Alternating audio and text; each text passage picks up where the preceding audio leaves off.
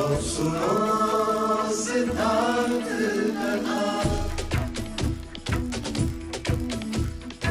सत्य कथा, पुरुषार्थ कथा, सुनो सुनो सिद्धार्थ कथा।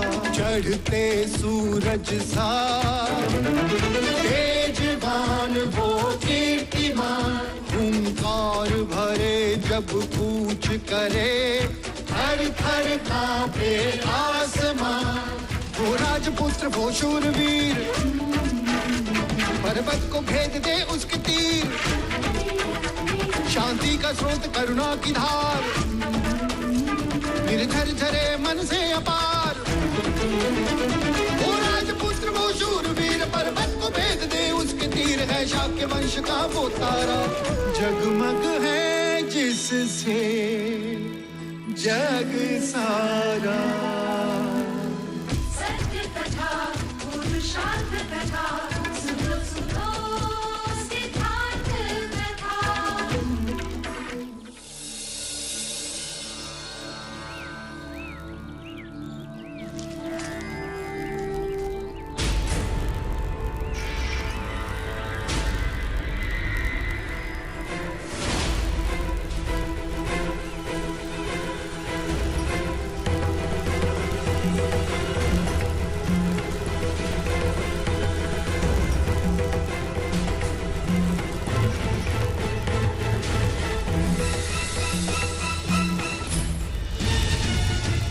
चंद्रभाग, जो आज तुमने सिद्धार्थ के साथ किया वो मैंने देखा।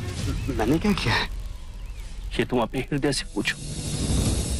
इस प्रकार तुम अपनी ही हानि कर रहे हो। सिद्धार्थ एक विभूति है, उसकी बराबरी तुम तो क्या, मैं भी, यहां तक कि गुरुवर्य भी नहीं कर सकते।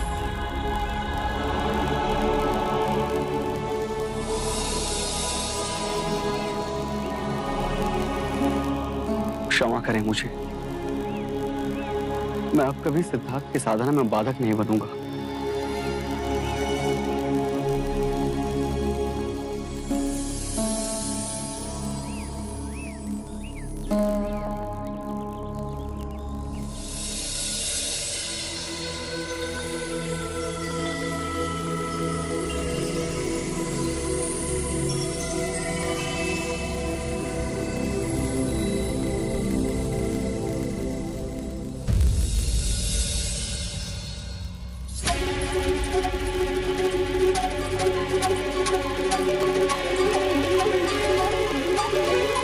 कल रात तुम कहां थे देव?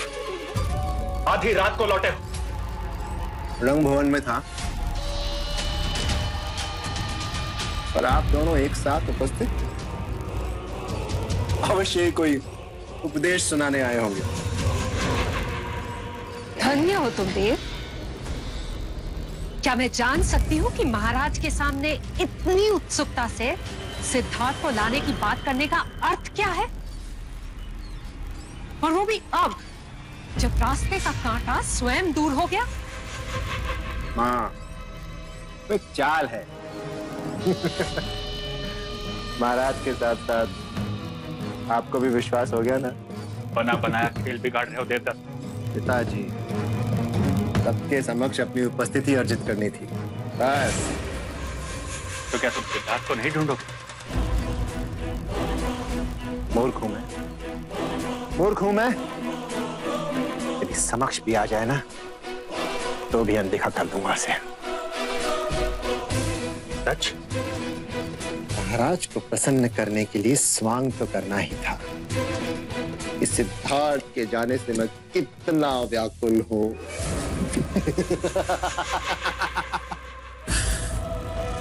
मैं इतना मूर्ख नहीं हूं कि ये भी न समझ सकूं कि भाग्य ने मुझे दूसरा अवसर दिया है।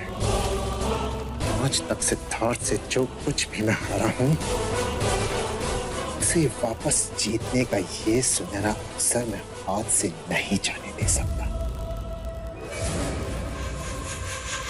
कभी नहीं।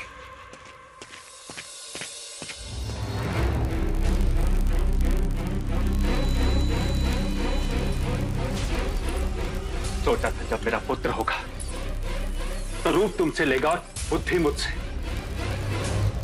और यहां तो उल्टा ही हो गया। कहना क्या चाहते हो तुम? संकट की घंटियां बज रही रानी मंगला। जब भी ये मूर्ख अपनी बुद्धि का प्रयोग करता है तो कोई ना कोई नई समस्या खड़ी कर देता है। क्यों कोस रहे हो मेरे पुत्र को? अपने भाग्य को कोस रहा हूं। देख हमारे पुत्र को देखो, और एक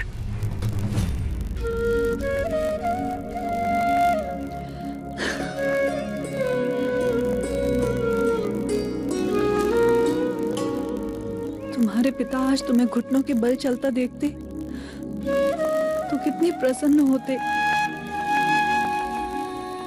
हर माँ पिता के लिए उनके बच्चे का पहली बार चलना, पहली बार बोलना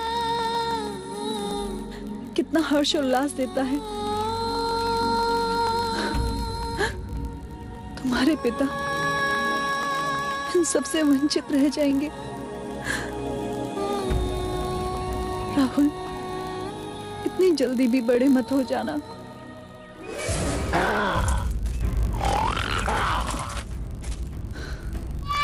अरे अरे अरे अरे अरे अरे, हाँ? डर कैसे गया? कैसे डर गया? क्षत्रिय पुत्र हो तुम, तुम्हें तो मैं अपनी तरह बनाऊंगा।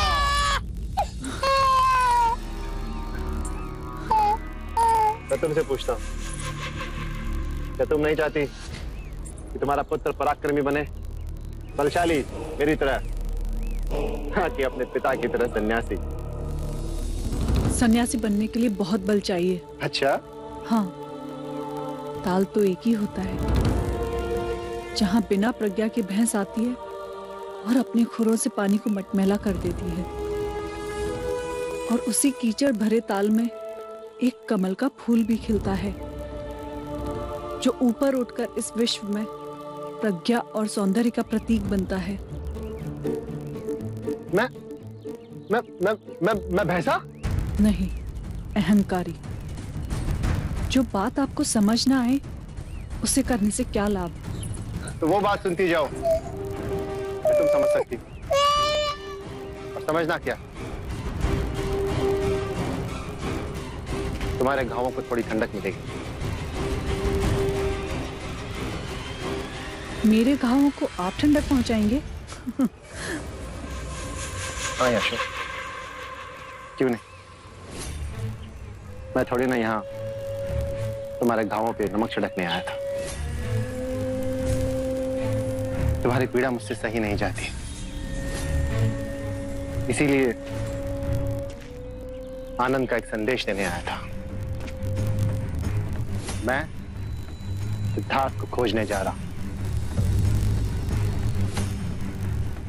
वो नहीं आएंगे।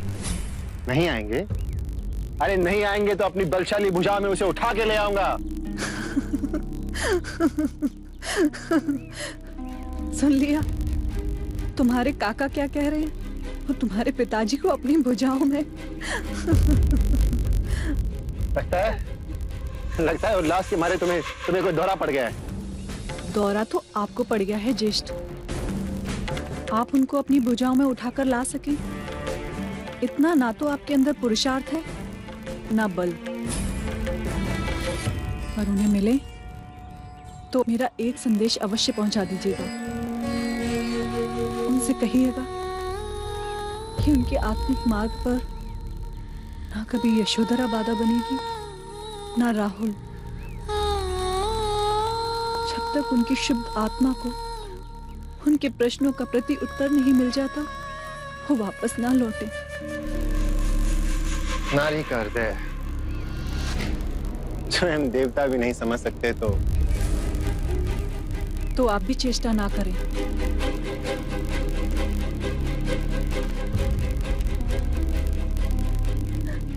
हे मेरे देव, मेरे स्वामी, एक पत्नी की प्रबल इच्छा है कि आपको अपने प्रश्नों का उत्तर शीघ्र ही मिल जाए और आपको किसी भी विवशता के कारण अपने कठिन मार्ग को छोड़कर लौटना ना पड़े।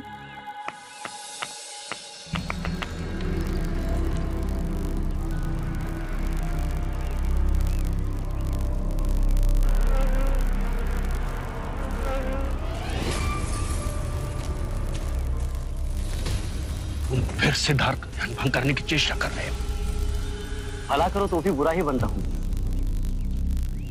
मैं तो सिद्धार्थ की सहायता कर रहा हूं। ऊपर देख, उस मधुमक्खी के छत्ते पर धूप गिर रही है, जिससे बेचैन होकर उसकी मधुमक्खियां इधर उधर घूम रही हैं। और कुछ मधुमक्खियां तो सिद्धार्थ पर भी बैठी हैं। अब अगर मधुमक्खियों ने उन्हें काट लिया तो क्या उनका ध्यान भंग नहीं होगा? अनुभव, इसलिए मैंने नीम की पत्तियां जलाई, जिसके धुएं से मैं उन्हें बचा सकूं।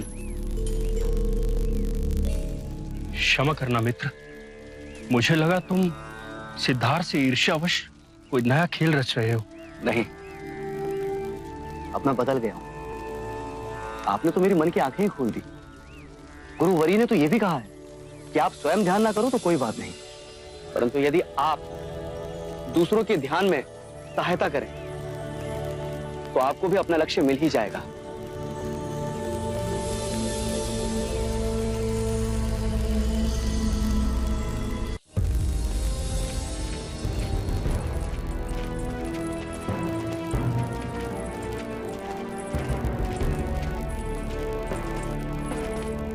अमात्य, युवराज सिद्धार्थ को खोजने के क्या प्रबंध किए?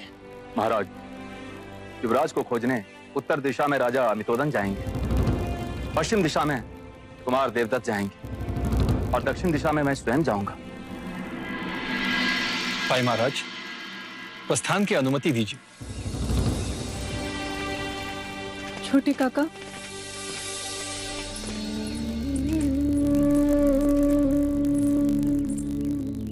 जब आप युवराज सिद्धार्थ को ढूंढने में सफल हो जाएं,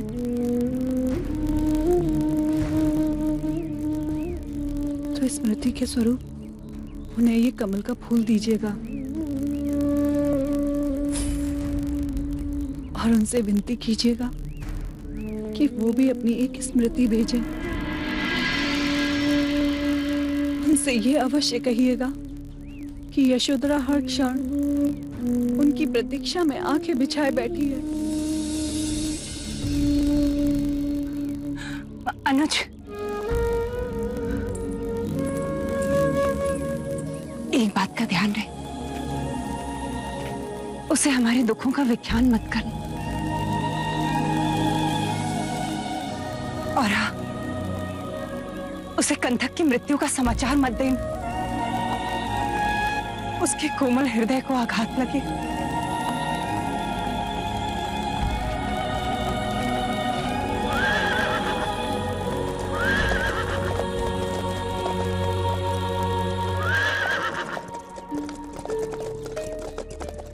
हे ईश्वर, सिद्धार्थ को ढूंढने में और उसे वापस लाने में इनके रास्ते की सारी बाधाएं दूर कर दो।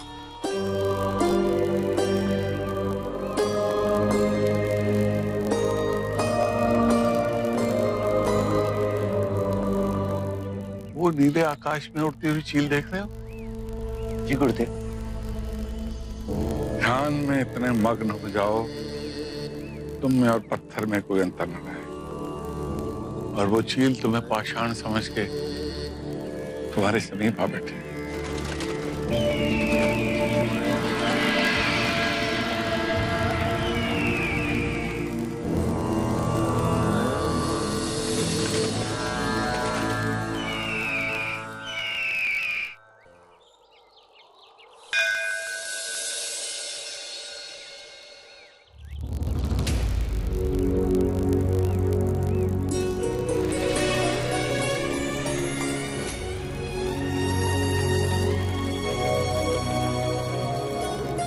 मेरे सिद्धार्थ की रक्षा करना।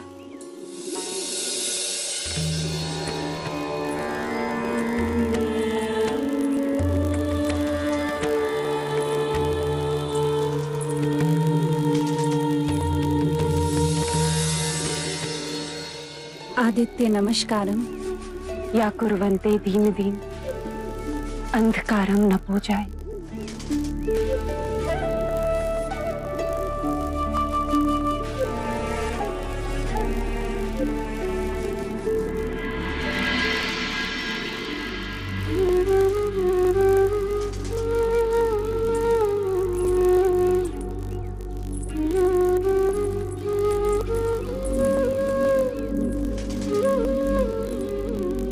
यशो, यहाँ एकांत में बैठे क्या सोच रही हो? पहले युवराज की बातें अनोखी लगती थी, पर अब जब सोचो तो बातें बहुत सत्य लगती हैं। वो कहते थे या तो ईश्वर कहीं नहीं है या कण कण में ईश्वर है। तो सोचा, यदि कण कण में ईश्वर है तो मैं यहाँ बैठूं या मूर्ति के सामने बैठकर प्रार्थना करूं? बात तो एक ही है।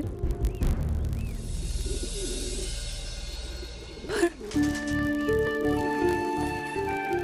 भगवान के सामने प्रार्थना करके मैं मांगू भी तो क्या?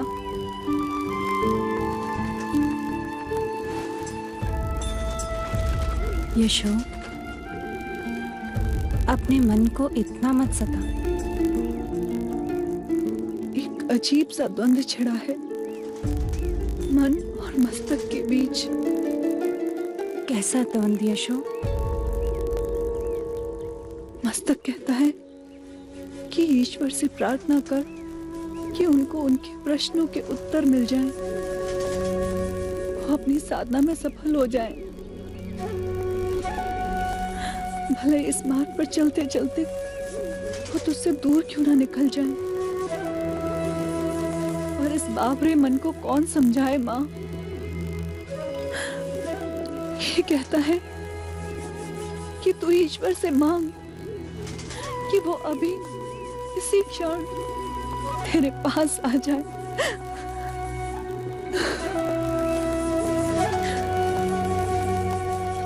एक और भय प्रतिदिन मेरे मन में प्रबल होता जा रहा है माँ। जैसे उनका लौटना असंभव लग रहा है। यशो,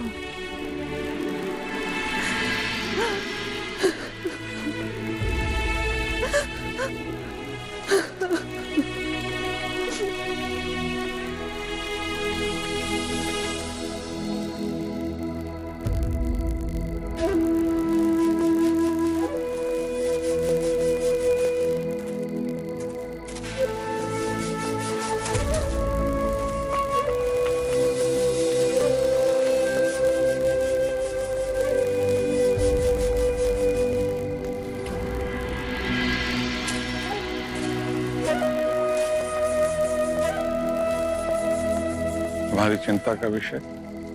गुरुवर, सिद्धार्थ को ध्यान में बैठे पूरे 2 दिन हो गए हैं। न जल ग्रहण किया है न भोजन। ऐसे में यदि उन्हें कुछ हो गया तो? कुछ नहीं होगा। सिद्धार्थ ने श्वासों को साध लिया है। सिद्धार्थ ध्यान की उस ऊंचाई पर पहुंच गए हैं जहां शरीर के नित्य कर्म बहुत पीछे छूट जाते हैं। उन्हें जो आहार मिल रहा है वो आत्मिक सुख है। सिद्धार्थ जहां पहुंच गया है वहां तक पहुंचना सहज नहीं। तुम चिंता मत करो। जैसे माता गहरी नींद में अपने नवजात शिशु का ध्यान रखती है, वैसे ही मैं सिद्धार्थ का हर पल हर क्षण ध्यान रखूंगा। जाओ, तुम विश्राम करो।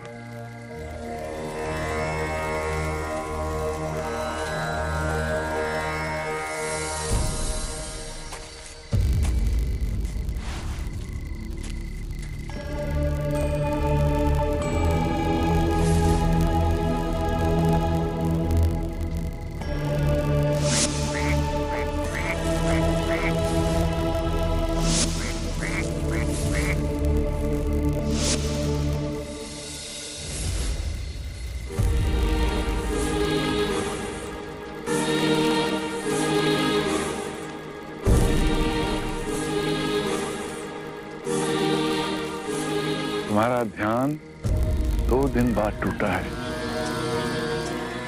मुझे समय का ज्ञान ही नहीं रहा गुरु।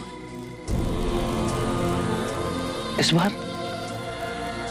मुझे ऐसी अनुभूति हुई जैसे मैं एक पंख की तरह हल्का हो गया। कहीं दूर नीले गगन में उड़ान भर रहा हूं, पहले पक्षियों की तरह, फिर बादलों की तरह और ऊंचा उठा, और फिर धीरे धीरे शरीर का आभास जाता गया। ऐसा लगा जैसे मैं एक वृक्ष की तरह हूं, पृथ्वी से जुड़ा, पर दूर अनंत तक मेरी बाहें फैलती जा रही हैं।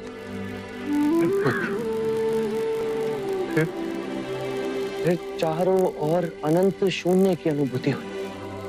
एक इतनी सघन शांति उजागर हुई, जैसे एक झरना हो शांति का, जिसमें मैं स्नान कर मेरा रोम रोम आनंदित हो। मुझे इसकी अनुभूति हुई। अब तुम में और मुझ में कोई अंतर नहीं रह गया सिद्धार्थ। नहीं गुरुदेव। जिस ध्यान को साधने में मुझे 70 वर्ष लग गए, तुमने वही 2 माह में कर लिया। मैं धन्य हो गया। नहीं गुरुवर, आपकी और मेरी बराबरी असंभव। जब तक मैं ध्यान में था, मेरा मन शांत था। जैसे ही मेरा ध्यान भंग हुआ, वही पीड़ा और व्याकुलता ने मुझे आ गया। इसी सारस की चित्तार मेरे सामने वो सारे दुख, पीड़ाएं, व्याकुलता सब सामने ला खड़े कर दी। गुरुदेव, मुझे इस पीड़ा और व्याकुलता से मुक्ति का मार्ग समझाइए।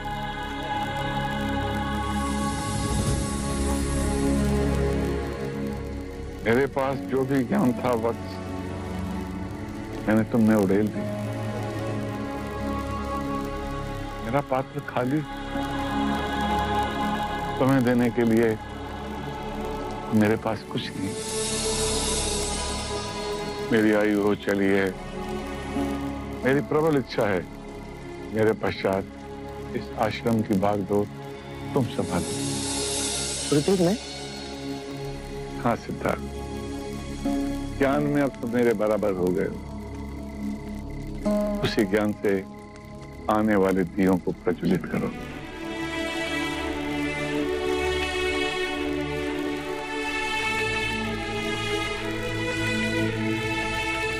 गुरुदेव, आपने मुझे इस योग्य समझा,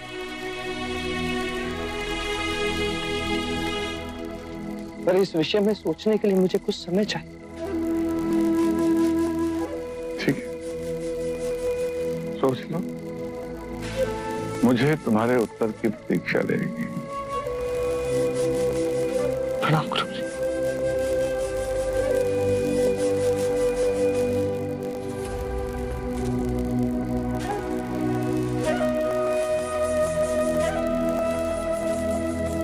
अग्नि का स्वभाव कितना मधुर है। ठंड में ठिठुरते लोगों को ताप देती, भूखों को भोजन बनाने की ऊर्जा। परंतु ये अग्नि एक ही घर की सीमा में बन जाए तो एक परिवार को सुख देने के लिए अग्नि अनगिनत मानवों को अंधकार और यातना में तो नहीं छोड़ सकती। गुरु की आज्ञा के आगे मैं नतमस्तक हूं, पर मैं यहां ठहर नहीं सकता। साधना के मार्ग में मैं जहां तक पहुंचा हूं, उसके आगे बहुत बड़ी अनंत की यात्रा तय करनी है। मुझे जीवन और मरण के चक्र से मुक्ति का मार्ग खोजना है।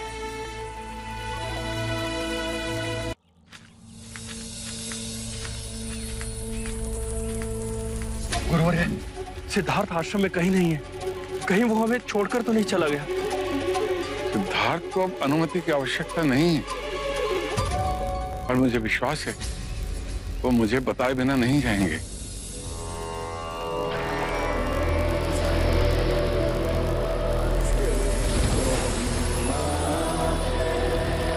कहीं नहीं गया सिद्धार्थ। वो देखिए, पानी में श्वास रोकने का ध्यान करके आ रहे हैं।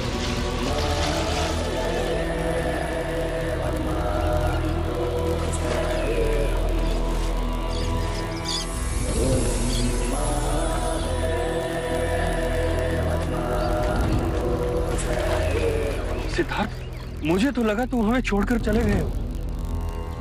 मेरी आध्यात्मिक यात्रा को आगे बढ़ाने के योग्य केवल तुम ही हो सिद्धार्थ। इस आश्रम की बागडोर अपने हाथ में ले लो वत्स। यह आपका मुझ पर अपार स्नेह है गुरुवर, पर मेरे मन में कुछ और। कहो, निर्भय होके कहो।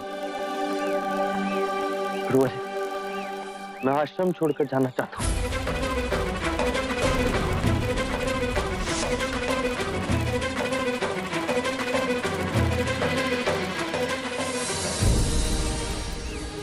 आप जैसा गुरु पाकर मैं धन्य हूं। आपने एक बार भी नहीं पूछा कि मैं ऐसा क्यों कह रहा हूं। ध्यान के 7 सोपान की विद्या और उसका अनुभव मुझे था, जो मैंने तुम्हें सौंप दिया। तुम्हारे जैसी उज्जवल आत्मा को और आगे जाना है। ध्यान समाधि के 8वें सोपान तक तुम्हें पहुंचना है, और संभवतः उससे भी कहीं आगे। गुरुवर्य, अब आप ही मेरी दिशा निर्देश कीजिए। कि ध्यान समाधि के 8वें सोपान का ज्ञान मुझे कौन दे सकता है? उसके लिए तुम्हें मगध जाना होगा। वहां आदरणीय मुनि उदाका रामापुत्ता तुम्हारे आगे के आध्यात्मिक मार्ग में सहायक बनेंगे। गुरुवर, यदि मैं अपना मार्ग खोजने में सफल रहा तो आपको आकर अवश्य बताऊंगा। मुझे इसकी प्रतीक्षा रहेगी।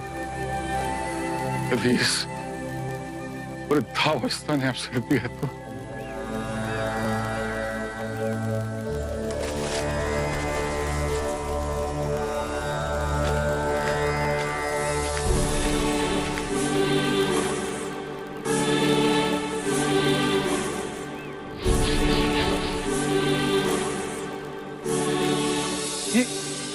ये आप क्या कर रहे हैं गुरुवर? तुम भी उनके चरणों की धूल अपने माथे पे लगा लो। कदाचित ये अवसर फिर कभी मिले ना मिले। वो देखो, युग पुरुष चला जा रहा है। युग युगांतर के पश्चात ऐसा युग पुरुष धरती पर अवतरित होता है, और धरती पावन और धन्य हो जाती है।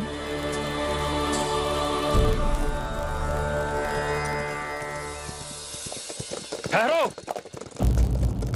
यह आश्रम है, यह आदर से आया जाता है। तुम भूखे नंगों का मैं आदर करूंगा? हमारे गुरु कहाँ हैं? अलार कलाम वहां है। उनसे मिलना हो तो विनय से उनके पास जाइए। हाँ।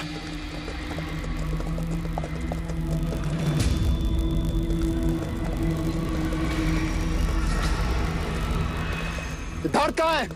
सिद्धार्थ यहाँ आए थे, 2 माह रह के चले गए। चले? कहाँ चले गए? आपका परिचय? हम उसके भाई हैं। अंतिम बार हमने सिद्धार्थ को निकलते हुए देखा है। वो कहाँ गए हैं मालूम नहीं। पवन किस दिशा में बहती है क्या तुम जानते हो?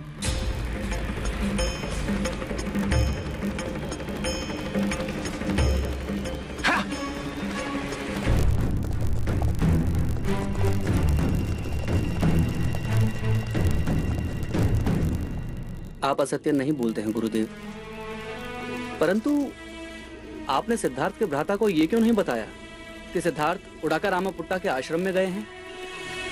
क्योंकि मुझे आभास हो गया था कि सिद्धार्थ का भ्राता उसे हानि पहुंचा सकता है। अर्थात वो सिद्धार्थ की हत्या भी कर सकता है। ओ, ओ, ओ।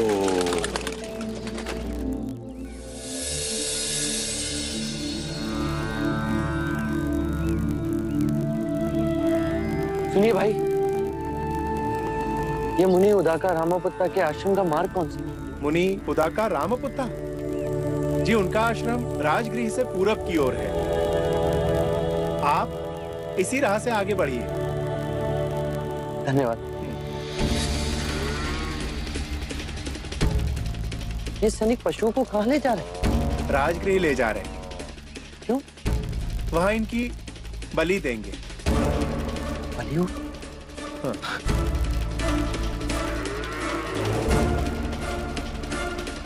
रुक जाइए।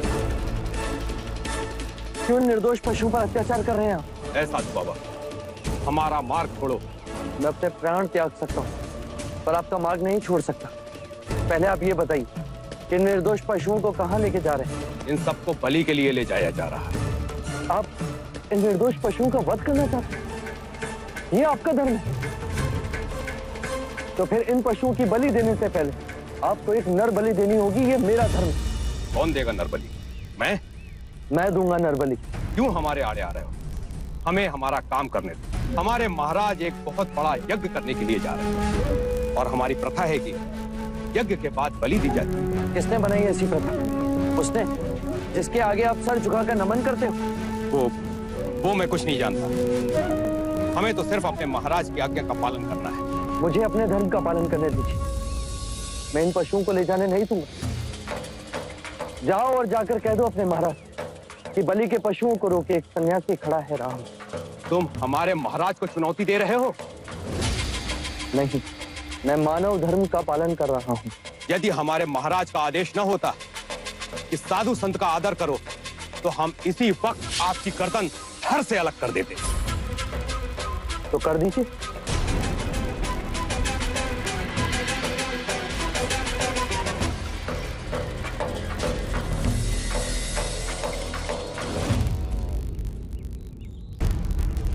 महाराज, 101 पशुओं की बलि यहाँ चढ़ाई जाएगी। उत्तर में मंडप सजाया जाएगा और 1001 विधियां उधर होंगी। ध्यान रहे किसी प्रकार का विघ्न न पड़े। महाराज की जय हो। तुम तो बलि के पशुओं को इकट्ठा करने गए थे। जी महाराज, पर पता नहीं कहां से बीच में एक सन्यासी आ गया। सन्यासी? ये सूचना लेने आए हो? महाराज, वो बीच मार्ग रोके खड़ा है। कहता है कि मैं पशुओं की बलि न होने दूं। ये मगध नरेश बिंबिसार का राज्य है। क्या बड़े बड़े हमारे भय से थर्राते? वो किसी से नहीं डरता महाराज, मरने से भी नहीं। समझाया, डराया, धमकाया, पर उल्टा मुझे ही कहने लगा कि पहले मेरी बलि दो, उसके बाद पशुओं को ले जाओ। इतना हट? फिर तो उसे हमें अवश्य मिलना पड़ेगा। देखो कौन है जो मगध नरेश बिंबिसार के सामने अपना सर उठाने का साहस कर रहा है। महाराज, सर काट के ही ले आते हैं।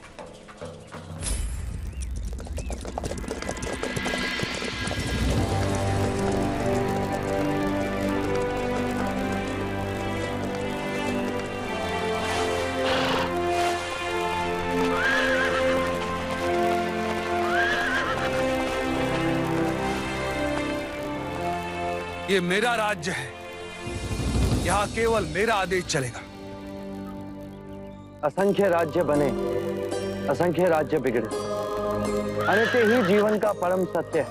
अब धर्म की शिक्षा तुम मुझे दोगे? धर्म के नाम पर यदि अधर्म होगा तो मैं उसका विरोध करूंगा। यदि सन्यासी नहीं होते तो अभी तुम्हारी बलि चढ़ा देता मैं। सन्यासी की हत्या के पाप से आज मैं तुम्हें मुक्त करता हूं।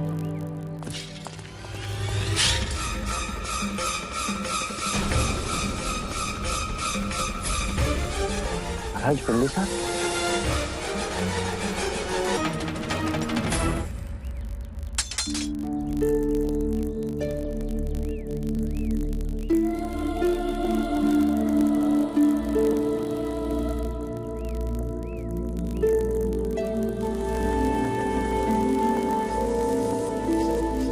सिद्धार्थ, तुम सन्यासी? इतने बड़े पाप से तुमने मुझे आज बचा लिया। आपके हाथ मुझे मृत्यु भी स्वीकार, परंतु इस जीव की हत्या का पाप कहीं अधिक बड़ा होता है।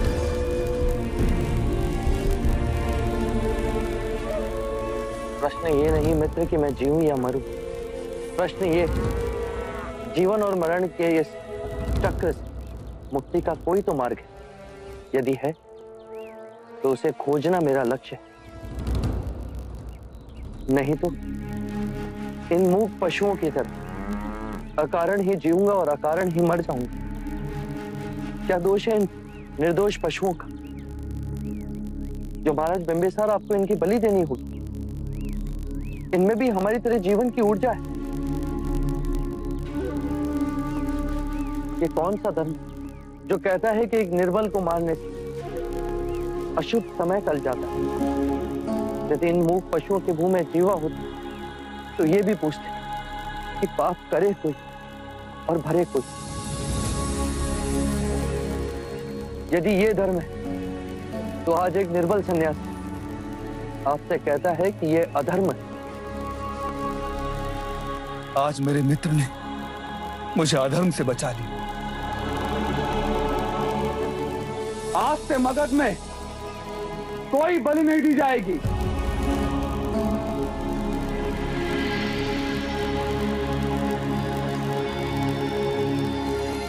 सिद्धार्थ, तुम्हें इस अवस्था में देख ना सकूंगा, इतना बल नहीं है मुझे। बिंबिसार गद्दों पे सोए और सिद्धार्थ क्या धूल मिट्टी में। नहीं सिद्धार्थ, मेरे साथ राजमहल में चलो, वहां तुम्हारी साधना में कोई विघ्न नहीं आएगा। नहीं महाराज बिंबिसार, जिस तरह आज इस निर्दोष पशु को मैंने बचाया, उसी प्रकार असंख्य मनुष्य पशु जीवन के दुखों से जूझ रहे। सर्वम दुखम दुखम, इस पीड़ा इस दुख का अंत मैंने पा लिया तो मैं सारे जीवों को शांति के मार्ग पर ले जा सकूंगा। औरों के दुख दूर करने के लिए अपने सुखों की आहुति देने वाला मैंने आज तक नहीं देखा। तुम जैसी महान आत्मा ने मित्रता कर मुझ पर कृपा की है सिद्धार्थ, मुझ पर कृपा की। अब मुझे जाने की अनुमति दीजिए। बिंबिसार इतना मूर्ख नहीं सिद्धार्थ। जिस तरह खिलती धूप को मुट्ठी में बांधा नहीं जा सकता, उसी तरह तुम्हारे इस अलौकिक चित्त को मेरे जैसा निम्न व्यक्ति क्या रोक सकेगा?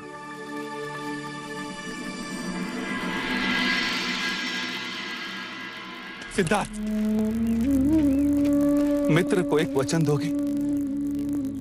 जब भी तुम्हें मुक्ति का मार्ग मिल जाए तब उसका ज्ञान देने के लिए इस बिंबिसार के पास आओगे। वचन दिए।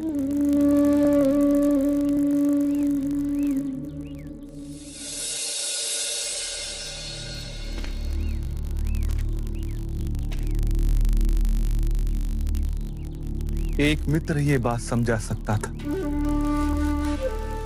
जिसने सब खो दिया, उसी ने सब पा लिया। और जिसे ऐसा लगता है कि उसने सब पा लिया, उससे बड़ा निर्धन कोई नहीं।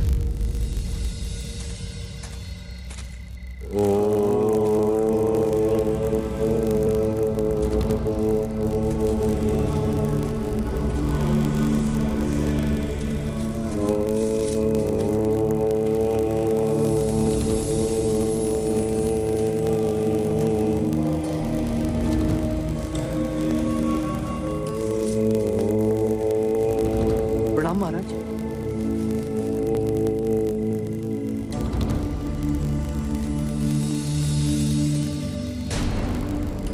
मैंने वस्त्र का त्याग कर दिया है। अब ये पृथ्वी ही मेरा वस्त्र है। आप ठंड से ठिठुर रहे थे तो? अपनी तपस्या से मैंने ठंड पर जीत पा ली। इस शरीर की सारी सीमाओं को तोड़ डाला है। क्षमा कर।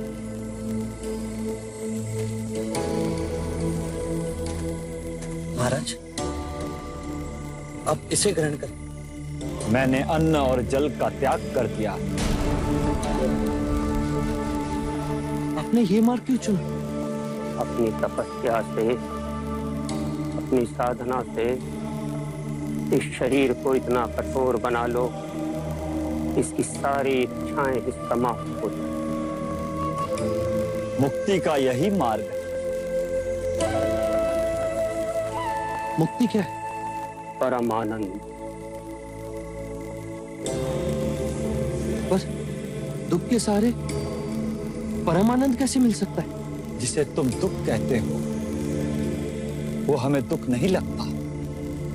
हम आनंदित हैं कि हम अपनी साधना के मार्ग पर अटल हैं और हमें मुक्ति मिलेगी। इस क्षण का ही भरोसा है, तो इस क्षण की बात करूं? कहो ना। तुम्हारी प्यास तो तुम्हारी आंखों से छलकती। आपकी कठिन तपस्या मुक्ति के लिए किसी और लोक में स्वर्ग पाने की कामना। मेरी इच्छा है दुख के इस विशाल महासागर में जहां हर जीव भूला और भटका हुआ, उसका अंत कैसे किया जाए। स्वर्ग मिले तो केवल मुझे ही क्यों, समग्र संसार को क्यों नहीं? तुम्हारे विचार महान है। तुम दिशावान बनोगे, असंख्य आत्माओं को आनंद का मार्ग दिखाओगे। तथास्तु। सत्य कथा, पुरुषार्थ कथा, सुनो सुनो सिद्धार्थ कथा।